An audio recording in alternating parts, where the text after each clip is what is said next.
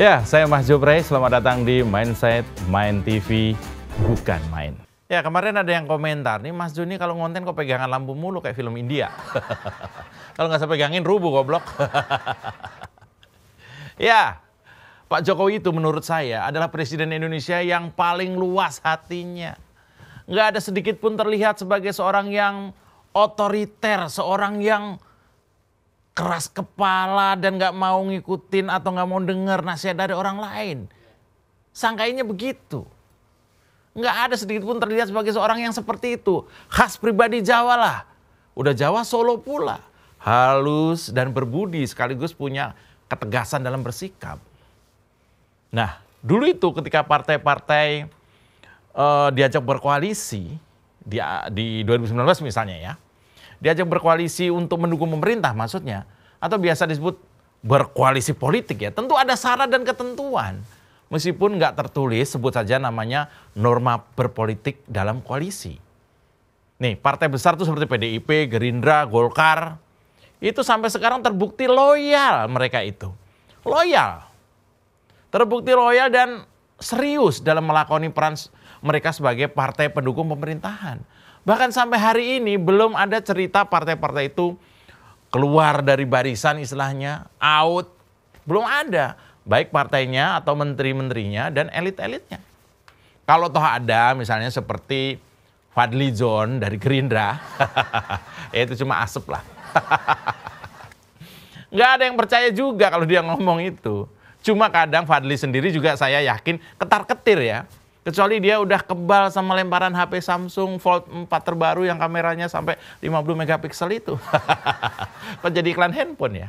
Nah maksudnya begini, Partai Nasdem itu beda lagi ya. Awalnya kita tahu Partai Nasdem itu adalah partai yang baik menurut saya, nasionalis, juga terlihat loyal dengan Pak Jokowi. Tapi itu sebelum negara api menyerang ya.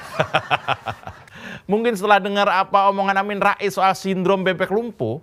Sindrom bebek lumpuh tahu nggak? Sindrom bebek lumpuh itu artinya adalah kekuasaan seorang presiden yang lemah saat detik-detik akhir jabatannya. Lantas Nasdem berubah haluan tuh gara-gara dengar kalimat seperti itu. Sekarang Nasdem itu seperti satu kaki masih menikmati posisi sebagai anggota partai koalisi. Sementara kaki yang lain keliling Indonesia menjajakan capresnya sambil terus-terusan mengantitesakan calon capresnya itu dengan Pak Jokowi. Singkat kata, di Jakarta Nasdem itu ikut koalisi. Tapi begitu keluar sedikit saja dari Jakarta, Nasdem itu berubah jadi partai oposisi yang brutal menjelek-jelekkan pemerintah. Kenapa brutal? Maksud saya begini, karena mereka itu masih di dalam pemerintahan, bos. Ada kader terbaiknya yang masih jadi bagian dari pemerintahan. Kecuali kalau dia itu murni oposisi, itu lain cerita. Tapi ini kan enggak. Ini masih ada kawan-kawan sendiri jadi bagian dari pemerintahan Pak Jokowi. Masih aja ikut nyinyirin. Terutama capresnya tuh. Lagian tukang nyinyir dijadiin capres, jadi repot kan. Lalu kemarin ada wacana reshuffle atau kocok ulang susunan menteri. Dan isu itu berkembang. Presiden diharapkan mendepak menteri dari partai yang sudah nggak sejalan. Bahkan Pak Jarod, Pak Saiful Jarod, sahabat saya, senior saya dari PDI Perjuangan, dia itu juga seorang ini ya, anggota DPR dan juga mantan wakil gubernur Jakarta loh. Lama-lama ikut kesel juga nih sama Nasdem nih. Itu gara-garanya Menteri Pertanian impor beras. Padahal kita udah bener, kita tuh swasembada beras. Nah Pak Jarod yang pengurus DPP PDI Perjuangan ini kesel. Nah gara-gara pola tingkah Menteri Pertanian itu, lalu bertepatan dengan sinyal Pak Jokowi ingin mereshuffle kabinetnya, sinyal ya. Nah, Pak Jarod itu menyebut ada 2 menteri yang harus dievaluasi. Kedua menteri ini berasal dari Partai Nasdem. Kok bisa pas ya? Nasdem pasti kesel banget dengar kabar ini. Ya, adapun kedua menteri yang diminta Pak Jarod supaya dievaluasi oleh Presiden Jokowi itu adalah Menteri Pertanian, Syahrul Yassin Limpo, dan juga Menteri Lingkungan Hidup, Bu Siti Nurbaya. Wah, ini Nasdem semakin panas ke PDIP ini. Ternyata yang panas kok malah PKS dan Demokrat. Ini partai ngapain sih ikut-ikutan? Punya menteri aja enggak loh. Ya mungkin sebuah langkah yang tepat kalau misalnya Presiden Jokowi itu segera melakukan reshuffle atau perombakan kabinetnya. Karena sepengetahuan saya reshuffle kabinet itu dilakukan buat meningkatkan kinerja pemerintahan. Apalagi kita harus segera gerak untuk merespon potensi ancaman tahun 2023. Ancaman tahun 2023. Karena kabarnya terdapat setidaknya 4 ancaman yang bakal dihadapi Indonesia pada tahun 2023. Misalnya, ancaman stabilitas dan resesi ekonomi yang akan mempengaruhi ketahanan ekonomi nasional kita.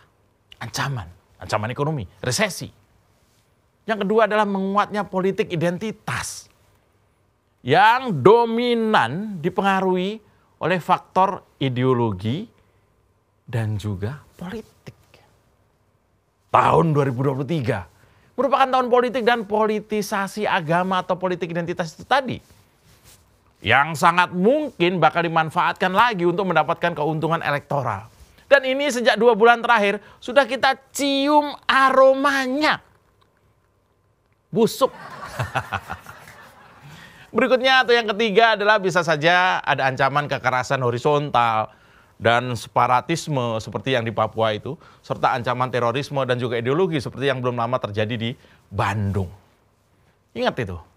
Dan kalau sampai ancaman itu datang bersamaan sehingga dibutuhkan para pembantu presiden yang memiliki pemikiran yang strategis, kepemimpinan yang efektif dan kebijakan yang tepat, maka reshuffle adalah jawabannya. Jangan sampai di 2 tahun terakhir ini pekerjaan-pekerjaan Pak Jokowi nggak tuntas atau nggak maksimal. Hanya karena ada partai yang setengah hati membantu Pak Jokowi. Dan setengahnya lagi memberatkan langkahnya dengan berbagai manuver khas oposisi. Ya, Presiden Jokowi bisa saja melakukan reshuffle kabinetnya dengan mempertimbangkan 4 ancaman tadi yang saya sebutkan. Dan biar pembantu presiden ini merupakan tokoh yang memiliki pemikiran yang strategis gitu loh. Kepemimpinan yang efektif dan kebijakan yang tepat, nggak ikut-ikutan capres partainya keliling Indonesia. Loh, ada loh. Ada itu yang malah sibuk ngurusin capresnya. Menurut saya reshuffle ini menjadi penting biar juga nggak terlihat bahwa kita ini pura-pura rukun di kabinet. Atau istilahnya malah pura-pura solid. Sementara di luar ada partai koalisi yang ikutan gebukin pemerintah. Kan kampret ini. Pemerintahan ini juga harus menjadi mengajari atau menjadi contoh masyarakat pentingnya konsistensi. Kalau nggak mau jadi kawan membangun negeri ya silahkan diam atau sekalian jadi lawan.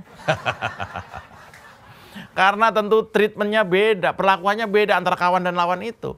Antara koalisi dan oposisi itu beda, bos. Kalau sudah pasti ada partai itu ikut sebuah koalisi, ya cobalah ikutlah orkestrasi. Kalau masih ngiler jadi oposisi, ya segeralah tahu diri, angkat kaki, serahkan kunci pintu rumah, jabatan menteri. Asik ya. Nah, lagian Nasdem masih betah aja di koalisi ya. Heran saya, apa nggak risih waktu sidang kabinet? Aduh, kalau sidang kabinet dia duduknya paling pojok, diem aja nunduk ya. Nah, Nasdem memang kemudian harus menerima banyak cobaan ketika nekat buru-buru mengusung Anies Baswedan sebagai, Anies Baswedan, maaf saya salah, Yohanes Anies sebagai capresnya. Dan kemudian kita melihat ketika Surya Paloh dengan Nasdemnya telah menyatakan pengusungan Anies Baswedan sebagai capres. Surya Paloh dan Nasdem seolah tersingkir katanya. Seolah terkucilkan dari gelanggang politik jalur baik. Bahkan sampai detik ini pun, belum ada parpol-parpol itu yang sepakat dan sepaket untuk bermitra dengan Nasdem, untuk berkoalisi pada Pilpres 2024 nanti. Belum ada. Karena kalau sampai ada parpol yang mau mendekat saja, ternyata syaratnya itu berat, bos. Nggak boleh sembarangan nentuin siapa wapresnya Anies. Ya, maka bisa saja terjadi. Gara-gara polanya Nasdem ini, reshuffle kabinet menjadi suatu keniscayaan. Mengeluarkan para menteri perwakilan Nasdem dari kabinet adalah satu-satunya pilihan. Nah, harapannya situasi dan atmosfer politik di kabinet Pak Jokowi akan segar.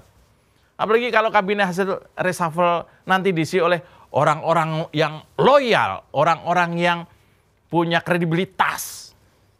Misalnya Pak F.X. Rudi, mantan wali kota Solo yang berkumis kayak Adam Inul itu. Atau Tuan Guru Bajang yang sekarang jadi ketua hariannya Perindo. Itu orang-orang berkualitas. Ya kan? Atau profesional-profesional lain yang bisa benar-benar membantu kerja Pak Jokowi di akhir jabatannya ini. Ya, reshuffle adalah kewenangan Presiden Jokowi. Tapi tentu beliau dengan senang akan turut mendengar suara kita. Kita rakyat jelata ini. Dan saya yakin Pak Jokowi pasti mendengarkan suara rakyat seperti kita-kita ini. Ya, kita ini sama-sama ingin Indonesia baik-baik saja. Saya Mas Jupray dan itu tadi adalah mindset saya untuk Main TV, bukan main. Copot.